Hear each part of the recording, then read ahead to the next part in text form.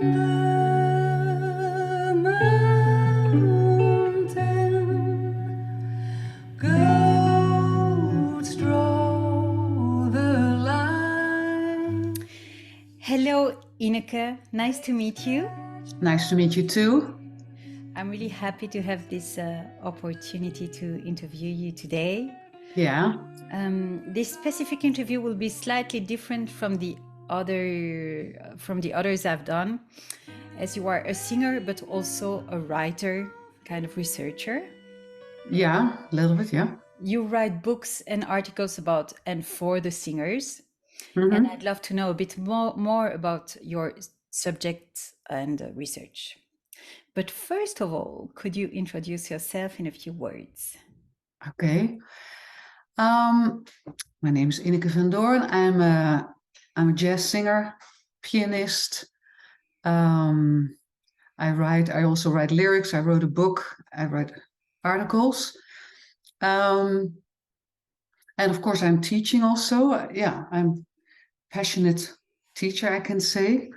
I started to perform when I was really young, and I started in a band that performed how would you say it? Brazilian jazz rock, like Flora Purim style. Yeah, I was really young and I was very new. I started to improvise right from the start.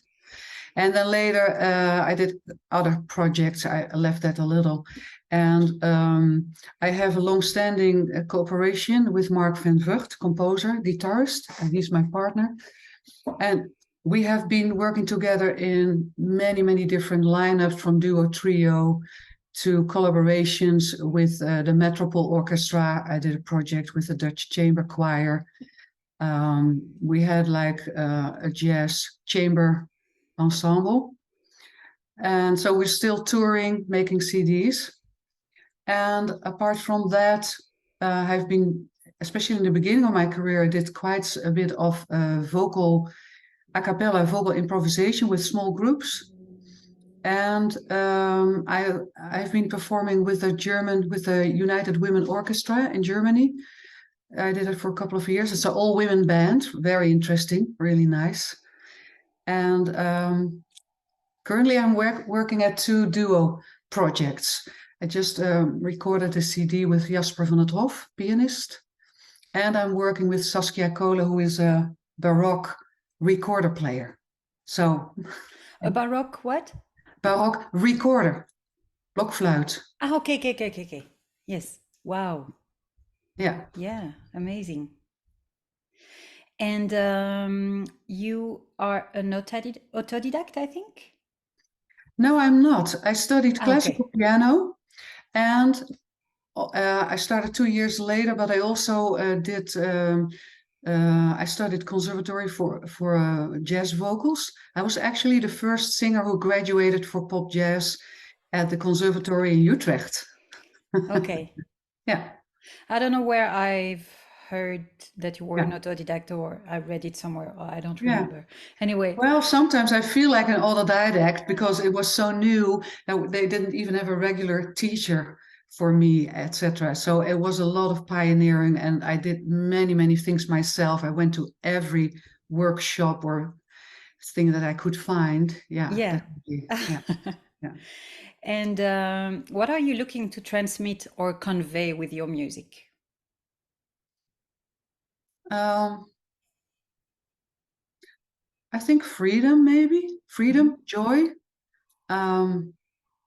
stories in general, certain feelings that I have, certain stories. At some point in my career, I felt sometimes a little bit, how do you say that, constricted in the form of a band with a singer.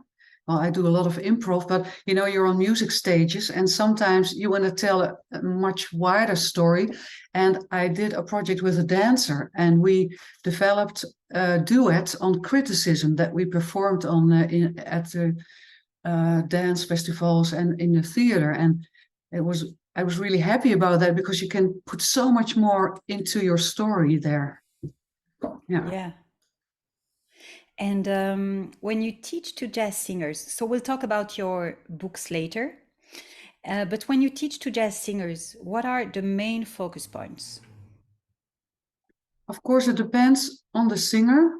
I'm teaching at the Artes Conservatorium in Arnhem, and their curriculum is built in a way that it's a 4-year bachelor, and then in the beginning they have like the first year is a fixed program, and then the further they get, they can really develop their own stylistic, their own personality also stylistically. So it's not a jazz program. There are some jazz singers, but unfortunately, I think there are less and less younger jazz singers also there. And but on the other hand, I really support the idea of developing your authenticity, in relation to style, so that you really can tell your story. Yeah. So storytelling would be the focus for you. Yeah, storytelling. Well, I always divide the development of a singer in two things. I always say, okay, there's one part is authenticity, developing your own voice, and the other thing is professionalism. And that, I think if you want to be a professional musician, you need also professional skills, and that can be from, theory, writing your own scores, etc., but also developing your voice. I really like, I want to have as much freedom as possible, vocal freedom, because the wider my palette is, the more free I am to express anything that I would like to express. So I'm also very much in favor of developing the voice. Yeah. Yeah. So totally those two things go hand in hand, Yes, of course. Yeah. And musically, what represents the tradition for you? You mean the tradition of jazz singing, or? It could be. It could be. Whoa, yeah. When I think of jazz singing, the tradition is, of course, where you look to history, like Ella Fitzgerald and, all the great singers from the American Songbook. That's what I think of first with the word tradition. You know what I mean? But I have always been very much attracted to vocal improvisation. So when I think of my inspirations, there are many, many European singers that I would then list. You know what I mean? Yeah. Because I like the well-known singers, like from the American Songbook, but I never found that it's very close to who I am, to what I do, and to where I come from. And yeah, so in the beginning, even I didn't really focus on learning and singing many standards. That had also to do with the fact that I was studying classical piano. And of course, that is totally focused on the classics. And I felt so constricted by that. And at that time, the way, jazz standards were approached in the environment where I was also a little bit like, okay, learning the classics and the do's and the don'ts. And at that time, I was already singing in my own band and I was performing. And for me, it was like a hobby. I was lots of freedom. I was working hard and developing myself anyway. So I didn't feel like, okay, let's do the whole standard thing, because that felt to me like, okay, I have to do all those prefabricated things in a certain way. So I tried to stay away from that in the beginning. And only later, in fact, I've done twice the Banff jazz workshop in Canada, which is just one of the best places to go. And I did the first time when I went there, I had already finished my studies. And other than I expected, there was a lot of standard playing. And it was only there that I really understand where it comes from, what kind of tradition it is, and that it's in fact a living tradition, very much a living tradition, especially, there were people from all over the world there, but half of them were like Canadian and from the United States. And by hearing and seeing and being among them and seeing their approach, I understood for the first time what it was for them. and that it had not so much to do with what I had experienced in the Netherlands, you know, and what I was relating to the way you learn classic music. So then I also started to study a bit more of the standard repertoire. And So after your study? yeah, I did some when I was studying, but not a lot. I really started to do it after my studies. Yeah. It's the other way around. Yeah. I started, the first thing I did was stuff from, Fleur Purim-like style. So I started with more or less free improv and with electronic stuff, and I was like 18. I had never heard of, jazz singers. I started to listen to them when I was in school, and I thought, oh, maybe I should educate myself. And I went to the library and started from the Z's and then working my way back through all the singers. It's funny. I recognize a bit my story. So Yeah. Well, yeah. And do you try to create a link when you teach between tradition and present day artistic expression? Yes, I do. Whenever it's possible. It depends very much on the student, but yes, I do, definitely. Yeah, and I will always try to broaden the view of the students, to inspire them and to try to connect with their world. So where are they and what is their interest and what can I contribute? You know what I mean? Yeah. It's not that I work from a fixed program, not at all. Okay. That's also not the way that the studies are structured at our school. Yeah. And do you think it's important to be modern nowadays? What do you mean with modern? I have no answer. Maybe modern can be something different from each one of you. So I think it is, but this subject doesn't come up so often because nowadays students are not so familiar with jazz. So when I start to offer them some repertoire, I always start with some more or less well-known standards so that it's not too hard. You know what I mean? And so that's just so to really doing the more modern stuff. Yeah, that's more when they have done at least a few standards, and then we can go to other stuff. And sometimes, of course, we have many ensembles in school, so they will come up with modern stuff that they are doing in ensemble, and that's always great because then they can study it and also do that in a band situation, which is always best, I think. Yeah. Absolutely.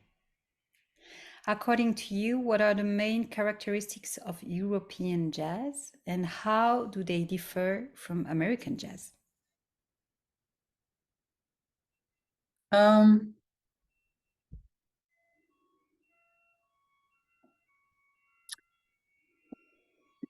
I think there's less swing. So that would be the first thing. It's not all swing based.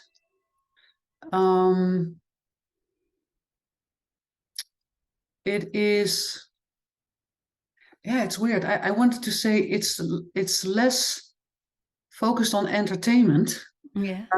And that's weird to say because American jazz is also an art form. But in Europe, it has also a link with entertainment. That's just the way it developed, or I don't know. But yeah, it is. When I think of American jazz and jazz standards, of course, many of that is based on, well, then when I'm talking about the American songbook, of course, many of those songs are based on musical theater compositions. And of course, that never happens with European jazz. it's not based on that. And in European jazz, you see much more influences from other cultures, other rhythms, other kind of vocabulary, sound-wise in improvisations. It has a much wider auditive soundscape, whatever, you know what I mean? Yeah, so you have those influences. You have influences, many more influences of classical music.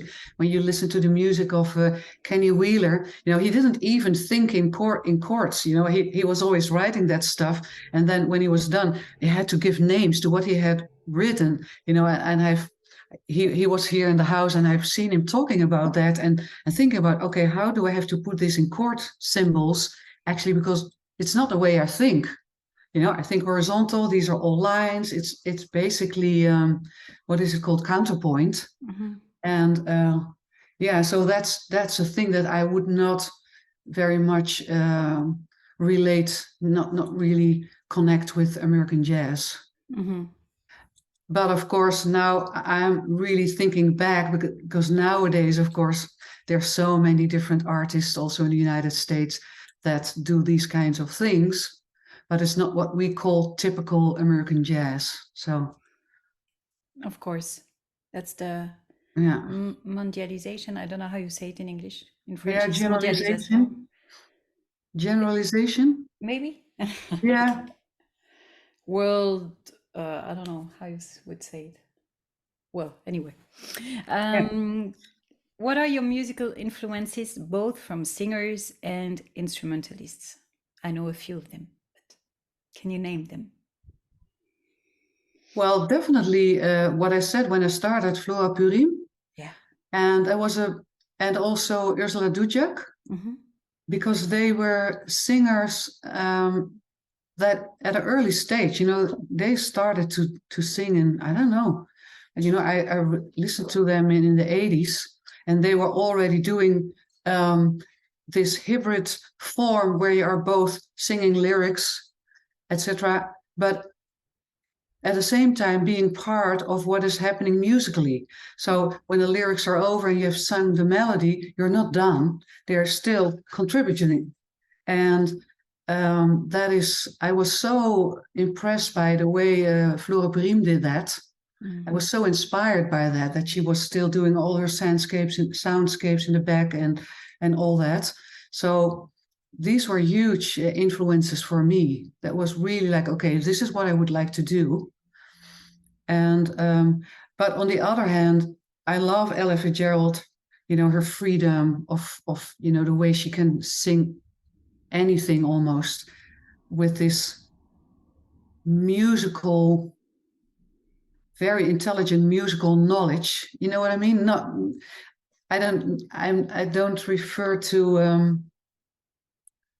academic knowledge, but really deep musical knowledge, the way she approached what she's doing. And Betty Carter with her ultimate approach with freedom. I had a lesson with her many years ago. I knew her a little. She was really a big inspiration. You know, my husband, he's a guitarist, so I've heard many guitarists, and I love many of them. Like Egberto Gismonti, he also plays the piano, but also Philippe Catherine, I love him. European singers, like I'm a big fan of David Links and of course, Norma Winstone, Sitzel Anderson, you know, all those singers that are exploring, well, their individuality and are looking for, I don't know, for their style, for their story, etc., etc. Yeah. Great. And what is the role of melody for you? Which place does the melodic part have in your singing? Well, melody is what I do.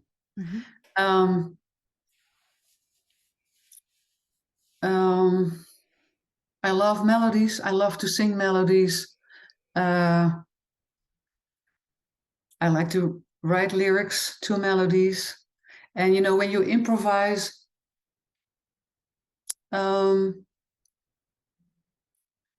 yeah, I have different worlds when I improvise.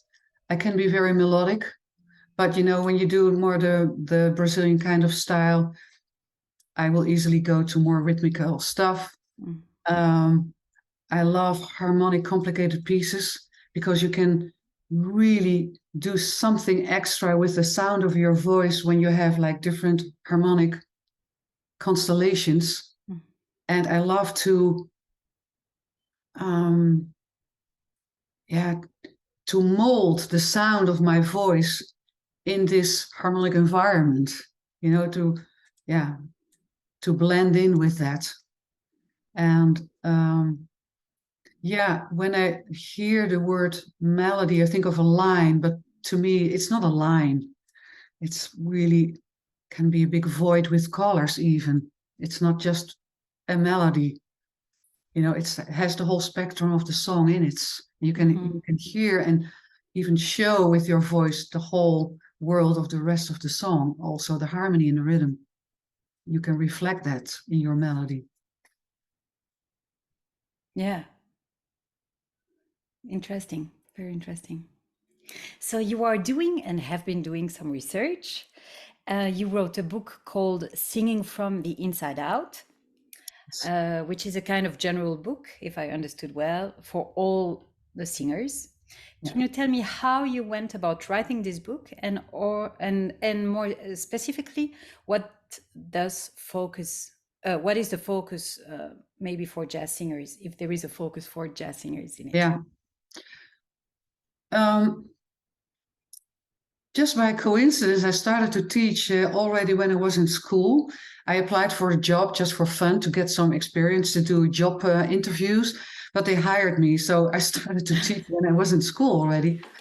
And, you get many questions and you think about the answers. And of course, I didn't have many lessons from educated singing teachers, educated jazz or pop singers. Most of them, they were just singers who had they were experienced from the field, they were performers. So I had to figure out many things. Then after a few years, I got a job at a conservatory. And I found out that many of the questions I got from the singers at the conservatory were so similar to the questions I had from the amateur singers at the music school. So at some point, I decided to write some of the information down so that I had a handout so that I could say when they have like a very technical question, like, oh, I want to buy a microphone. What do you think? How to go about that? I thought, okay, I've explained it so many times. Let's write it down. I hand it to them. And when they have questions, we can talk about it. But, so I started to do that. And yeah, in quite a short time, I wrote lots of info down. And well, long story short, it took lots of time, but finally I decided to make that into a book. And it took me like 7 years to finish it. And the aim of the book was like, okay, practical information. If you want to know something about how to study, how to practice, microphones, amplification, but also being on stage, presentation. There are only a couple of really good books on improvisation, but not much. So it was a deliberate choice not to write a book on jazz singing because there are a few, on improvisation, there are some good books. And, but there was nothing like this other thing. So what I did is all this practical stuff, like how, and, I find I love singers, but I'm a very hands-on person. If you come in and you explain to me, oh, well, I have a problem, I want to do this and that. I say, okay, well, we start here and then we go to there. And then I have always this step thing in my head, like, oh, okay, we're here, go to there. Okay, pum, pum, pum, pum, then you're there. So let's write it down. Well, it's a huge work. But since I think there's so much information that's beneficial for any singer that I deliberately chose not to write a jazz book. And the book is used by all kinds of singers, even by speech therapists and classical singers, because it's so practical and you can work from it by yourself. or people use it for methodology classes, and people use it for all kinds of things. Wow. Yeah. So it was first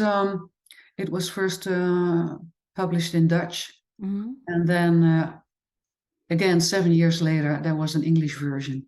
So now, yeah, it's out there in the world, and it's been used on universities, in schools all over. That's amazing. In Canada, and yeah, it's great. I'm really happy about it. Yeah. Fantastic. Wow. Congratulations. Yeah. You also wrote an article on breathing for jazz singers, I think, which is a super interesting subject. Could you let me know the important points of your article, which I unfortunately couldn't find on the net? Oh, I'm sorry. I will send it to you. Okay, yeah. thanks a lot. I'm sorry. Many years ago, I was asked to do, there was a day on breathing from the Dutch Singing Teachers Association, and they asked me to do an introduction, and I was investigating, and I realized by sitting down, thinking about it, that there are many approaches, and if you think also of different singing techniques, that they do as if, okay, I have a really good method, and then someone, no, my method is much better, blah blah blah. And I found out that mainly that there are, if you think of breath, you have like 4 kind of steps. You don't always have to take them all, but there are like 4 different kinds of exercises you can do. And if you think of the exercises that exist, they just talk about 1 or 2 steps, which is fine. So it's not that one method is better than the other, but one method only talks about that aspect, and the other method talks about, and I figured that out, and I have been talking about it. It's been reflected in my book. I write about it in my book. And after a while, I thought, I wanted to lecture on it.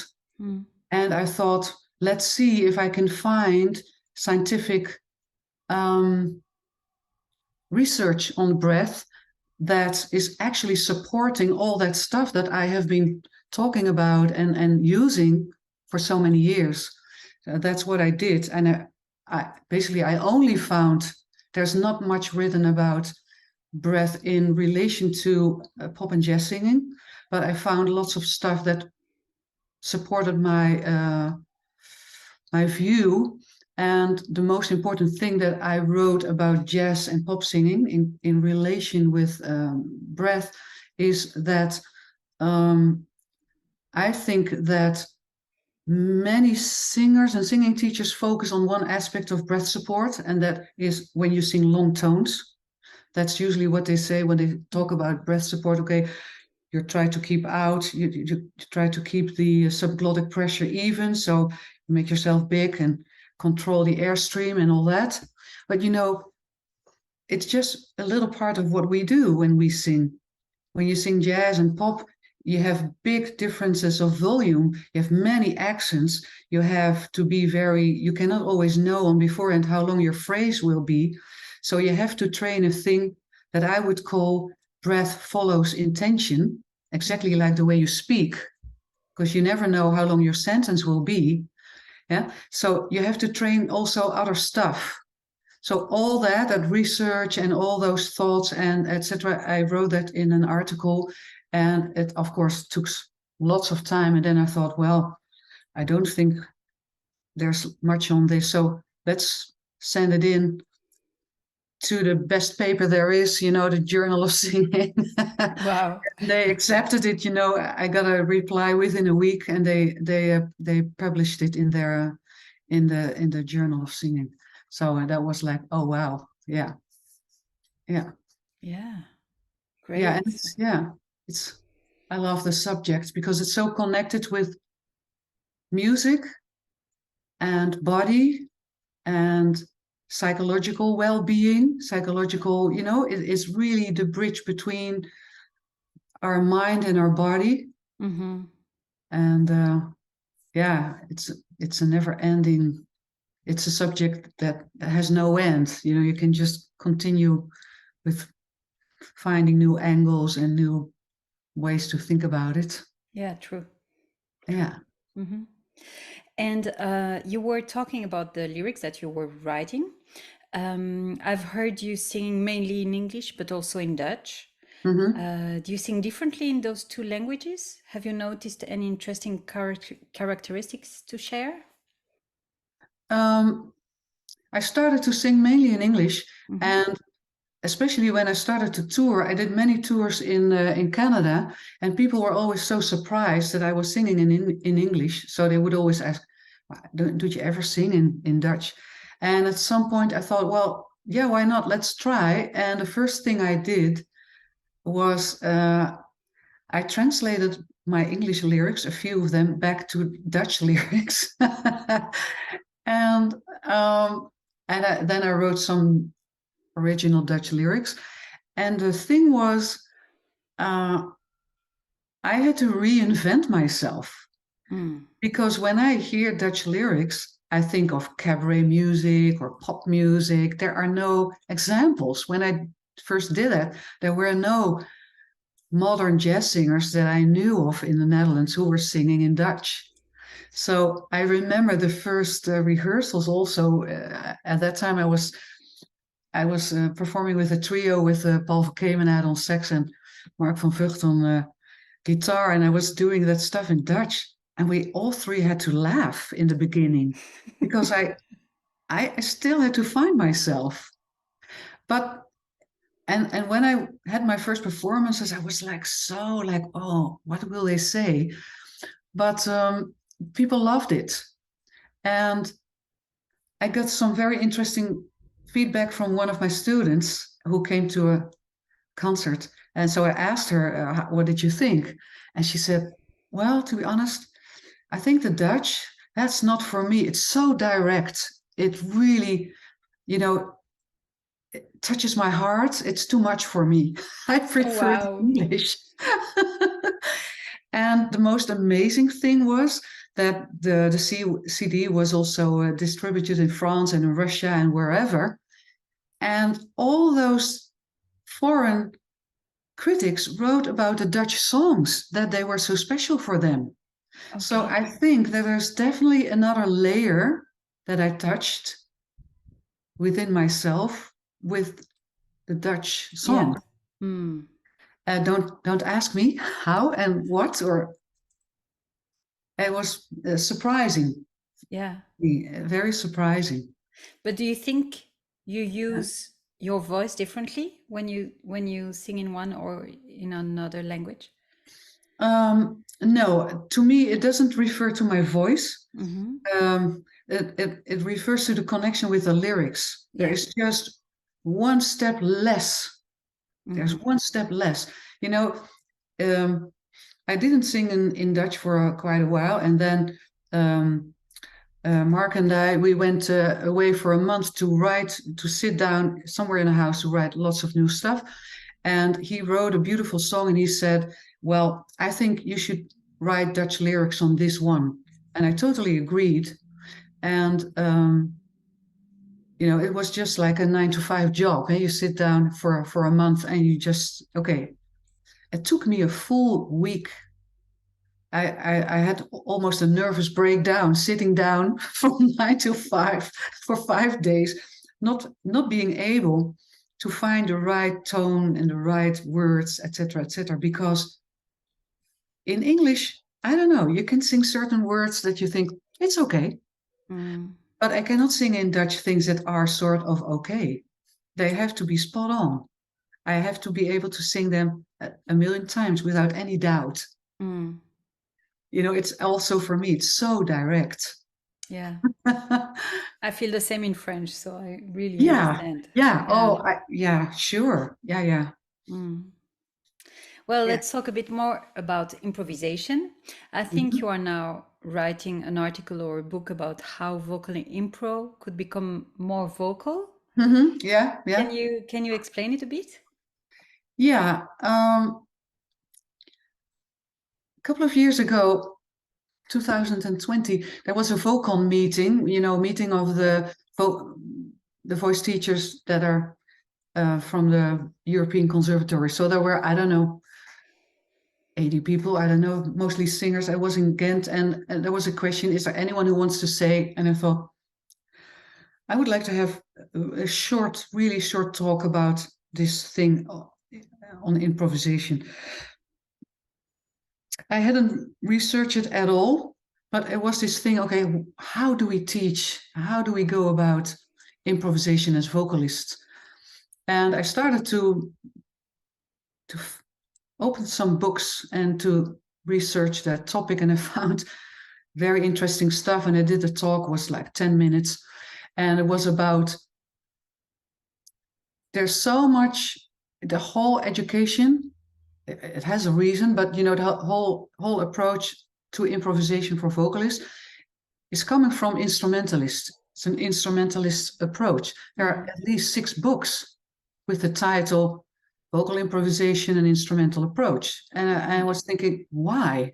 I'm a vocalist. You know, why instrumental? And what do they mean with instrumental? So everyone was sort of flabbergasted, like, it's a great subject, and why on earth have we never thought about this? Why? Why is that? We're not dumb, and we're doing this every day. So it's so obvious. So now I started to work on an article, and in the meantime, I was asked by the JEN, the Jazz Educators Network, United States. I was invited to their annual conference in Dallas last year, but of course we had COVID, so I had to cancel. But I prepared a presentation for that about the topic, and I'm now still working on that. But also I'm actually now I left the research part a little. I will probably do a presentation on it at the International Jazz Voice Conference in Helsinki in the fall.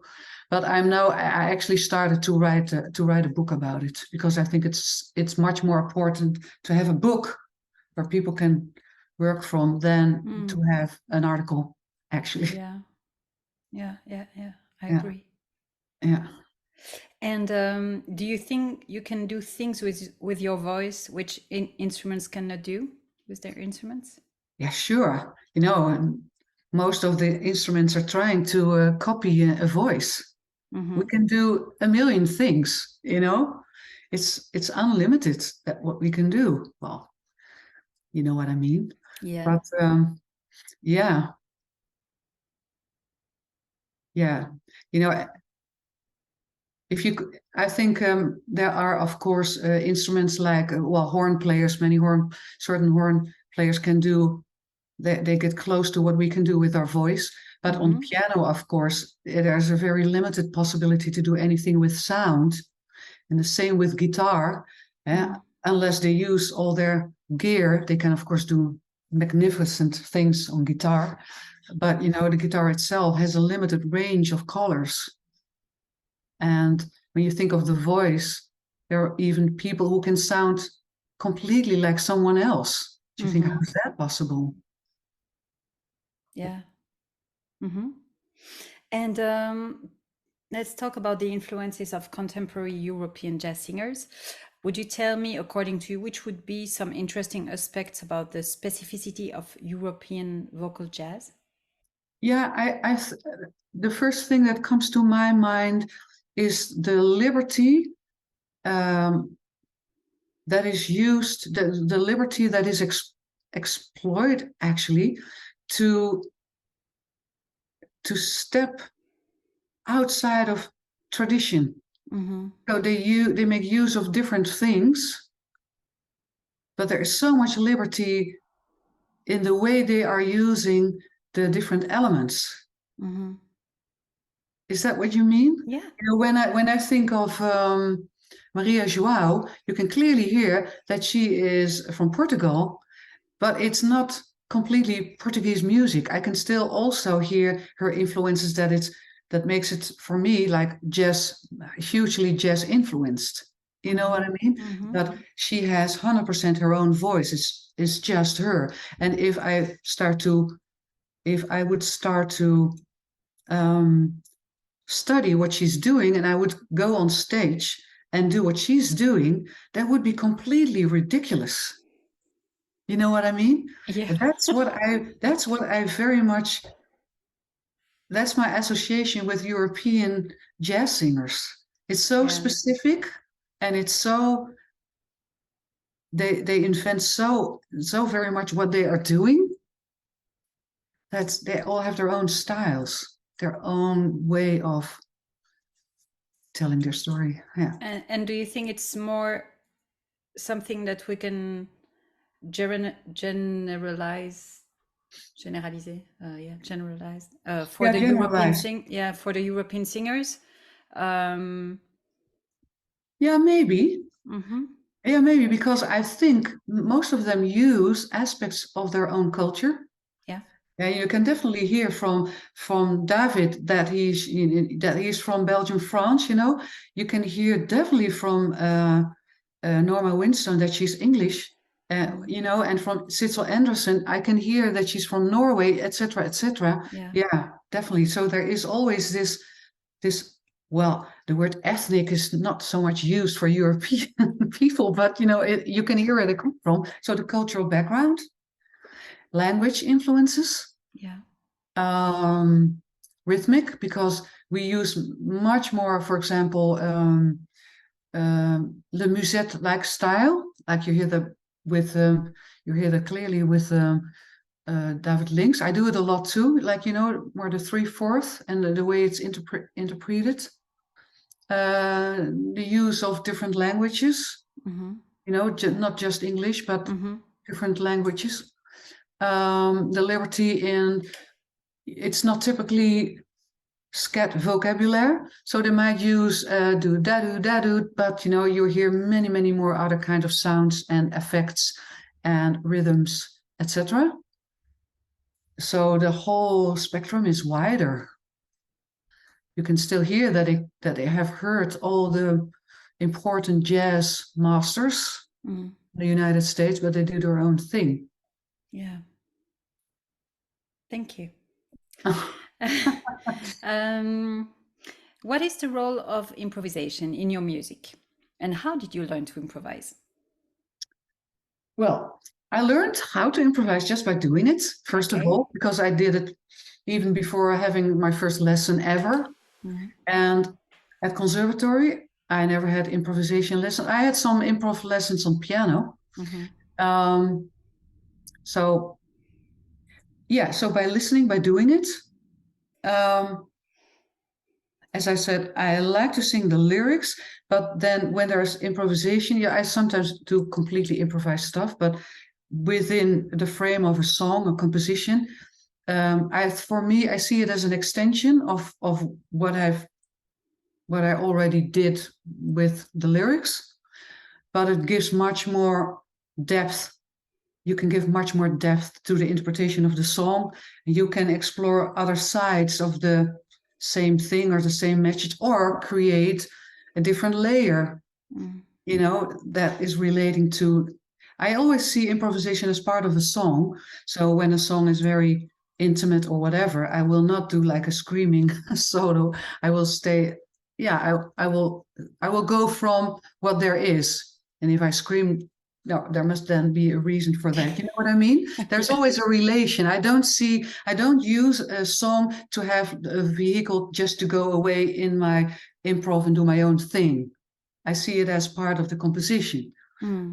And so in some of my repertoire, the improvisations are very harmonically based. And so I sing lines, I sing, yeah, what I explained earlier. I'm looking for a harmonic. Yeah, I try to blend in with the harmonics. But there are also songs that are much more about rhythm, about more fun, and you know, so I explore other kinds of colors, and sometimes are completely free. Some of the songs, the music that I make is really in between songs, and sometimes complete 100% free improv. So it's a combination of that. It goes in between those two things. And for example, I've been performing a lot in trios and duos for many years, and we would also play with our role. You know, I would than just leave my singer's role and do accompaniments or rhythmic accompaniments, or sometimes even sing bass lines, etc.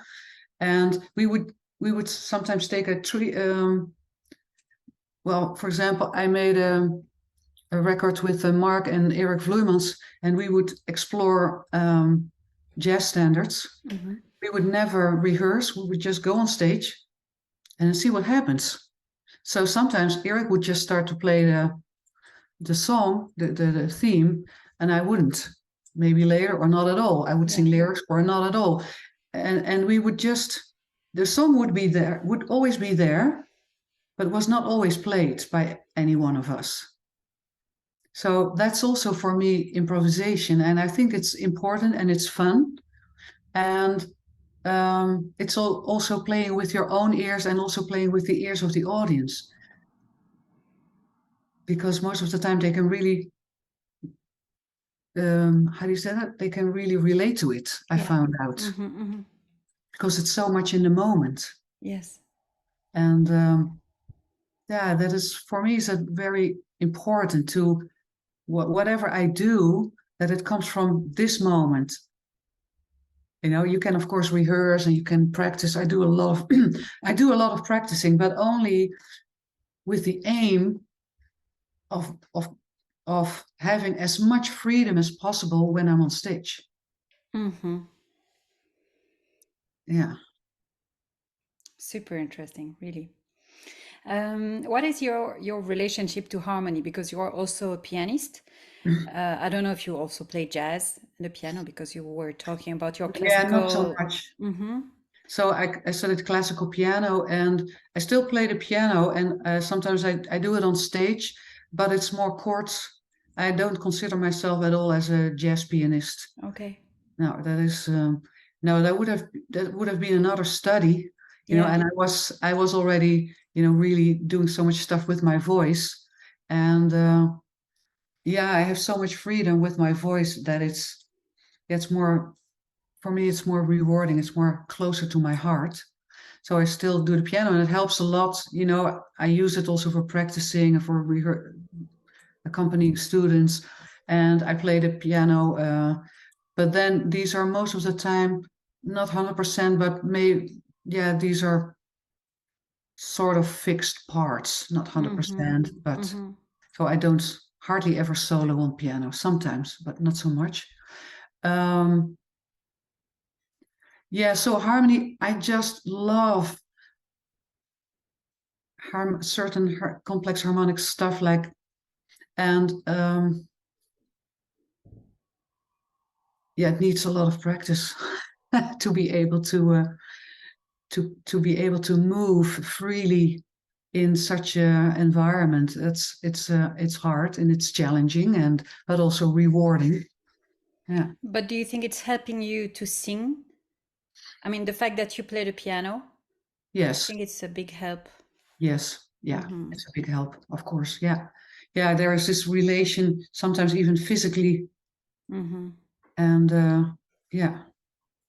Yeah. Only the fact that you can accompany yourself and try things out and know where it is, and that you have this visual reference. Yeah. Yeah, that helps. Yeah. Yeah, I'm sure. And let's talk about your voice. So what is your relationship with your vocal instrument? How do you work on your voice? How do you work on your sound?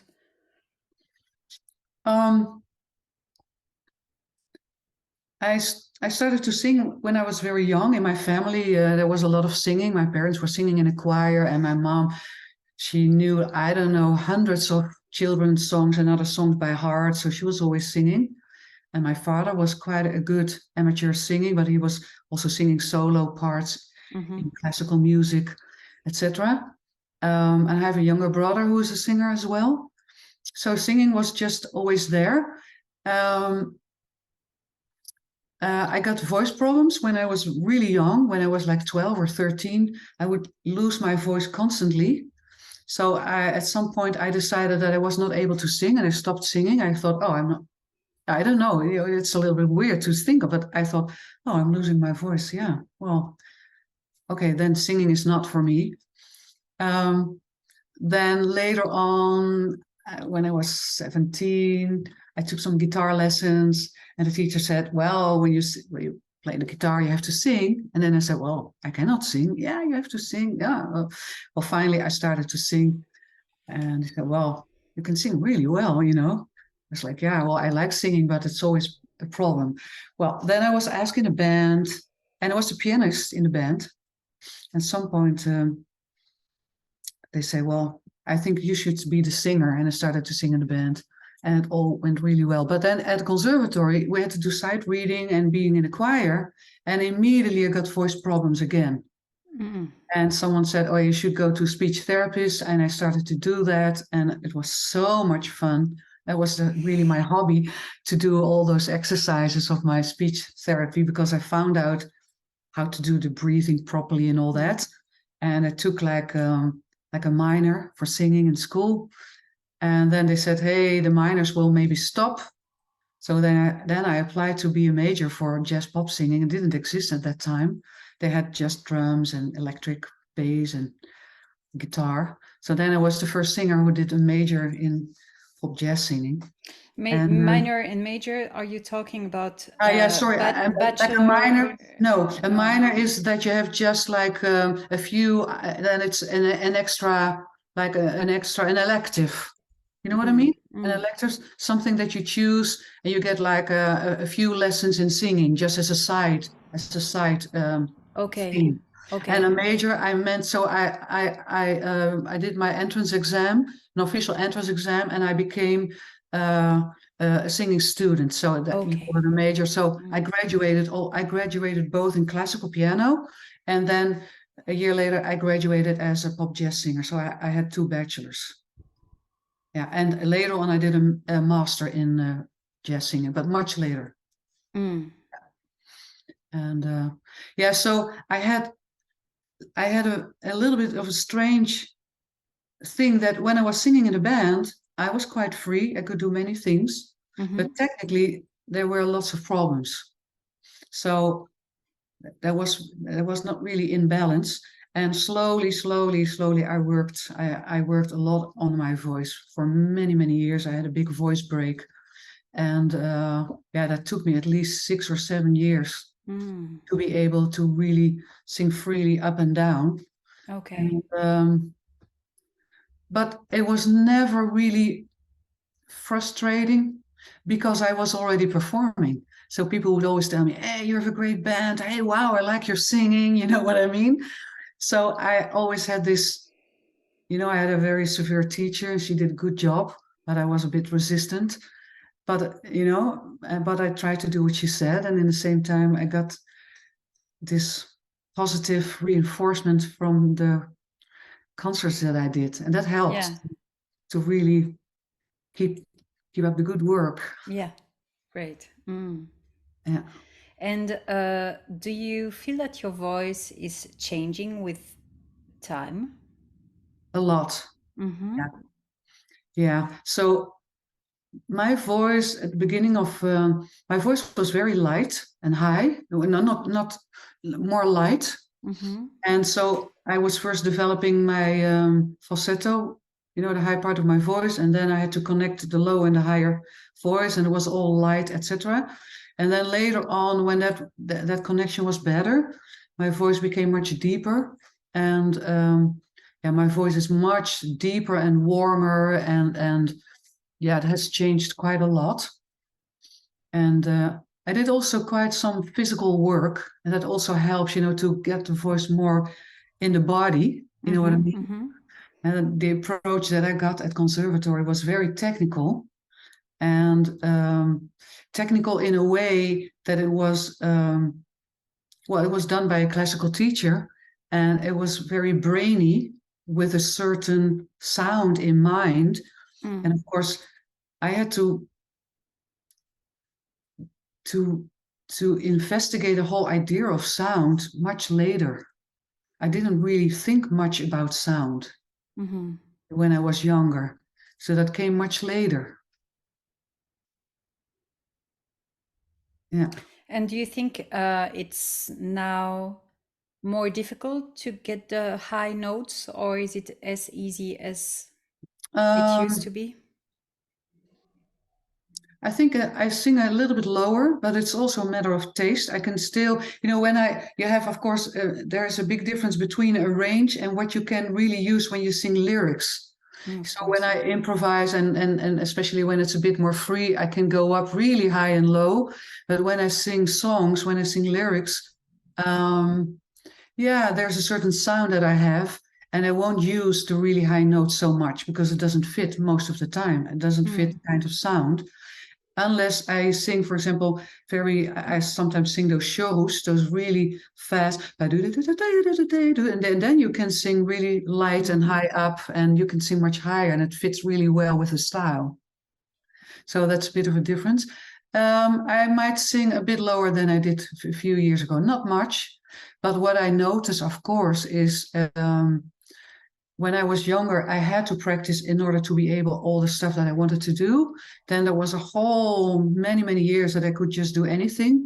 Sometimes even without warming up, I would become quite lazy with it because it would just come. And now I have to be more careful. And I cannot say, okay, I don't do anything for a while and then just go on stage and it will happen. That time is over. Definitely. So I have to, I say that I have to motivate myself Yeah.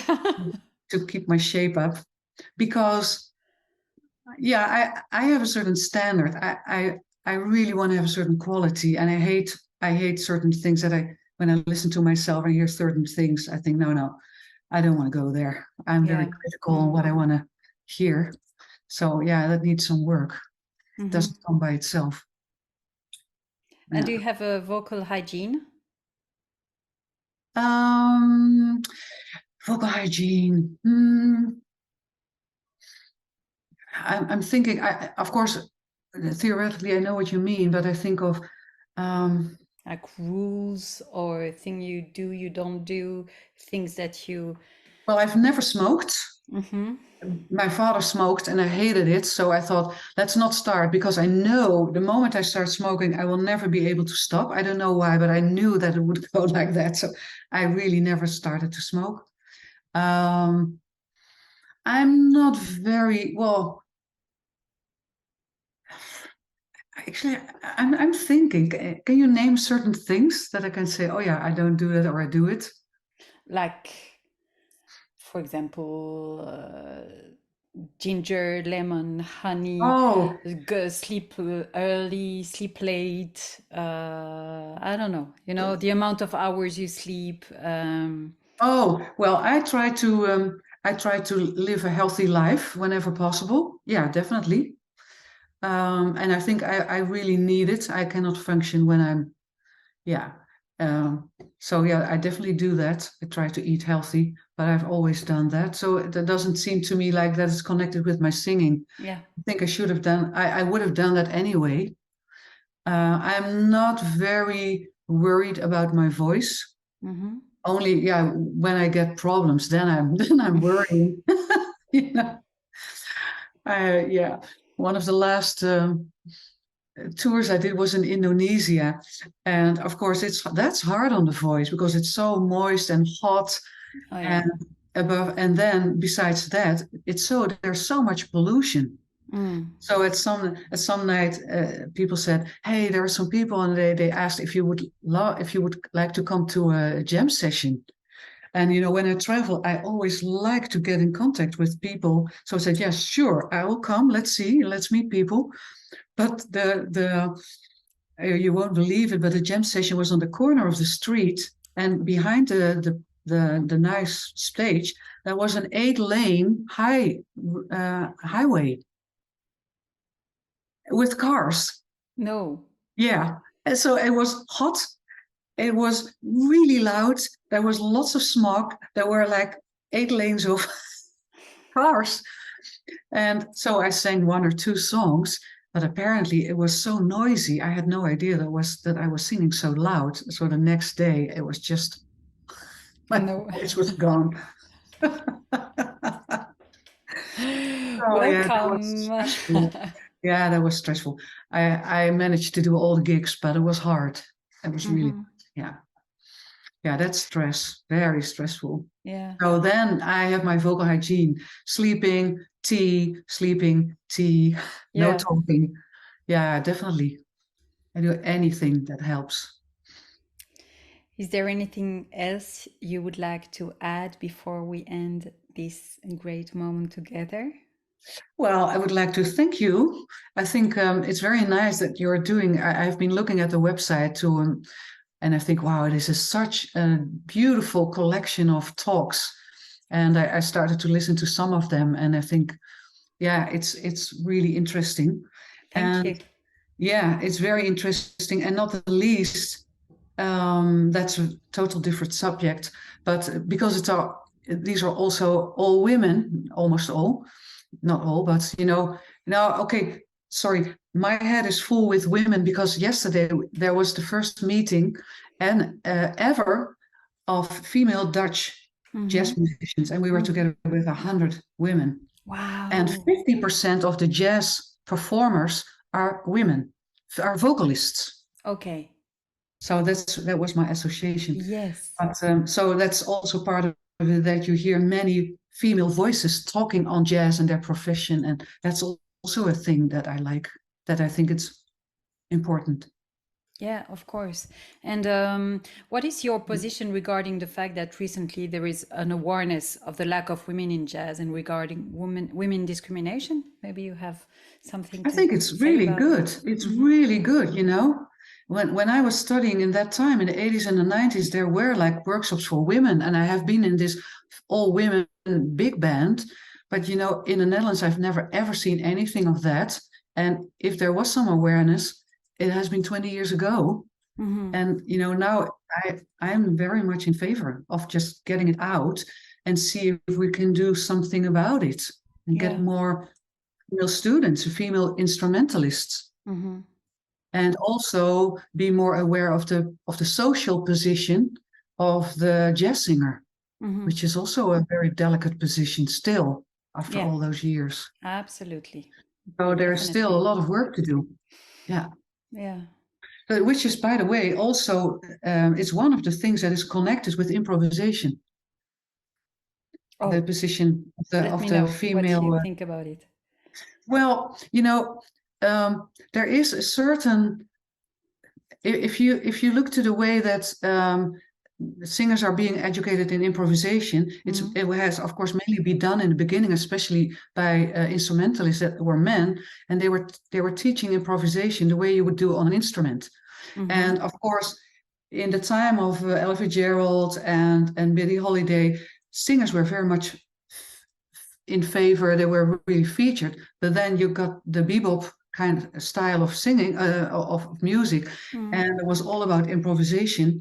And the whole singers thing and the admiration of singers went much down because it was so hard for singers to do that. So there is this thing. And now you see in improvisation that it's still very much aimed on bebop improvisation, and that especially instrumentalists like to work with singers that can do exactly the same thing that they do, that have the same skills, and they always complain singers do not practice enough, not being aware of how hard it is to do exactly that kind of improv. And singers are not at all encouraged to find out what is vocal improvisation. You would never ask a bass player to sound like to do the same stuff as a saxophone or a trumpet. But for singers, they always, and I can show you the books on vocal improvisation where it's written that singers are so bad in improvisation that they should work harder and that they should be able to copy instrumentalists and all that. So it has a huge social implication also, this whole improv thing. And that's also one of So the interesting. that's one of the, when you see what many of the European singers are doing, is that they get away from that, first of all. You will never, ever think about one of the persons that we have, that we have talked about. You would think like, oh, they cannot do they don't know their stuff or whatever. They just do what they do. They're great singers. Yeah. Yeah, you know, there's much to it, to the whole subject of improvisation Yes. and the way it's done and the way it's being judged and yeah, what is popular or not. You know, if you can sing really fast bebop lines, well, many people are really happy. Oh, you can do you know your stuff. Mm. And then I think, yeah, okay, I also like it. It's fun, but how long do you want to listen to someone who's doing that? No, you know, but what is the I story? totally agree. No, but what is the story? I have nothing against it. I love it. I love it myself. I did that stuff too because, you know, it's rewarding to see, okay, I can do it. But then, okay, what's next? Yeah, How does that try to relate it to your own story? Then it's becoming interesting. absolutely.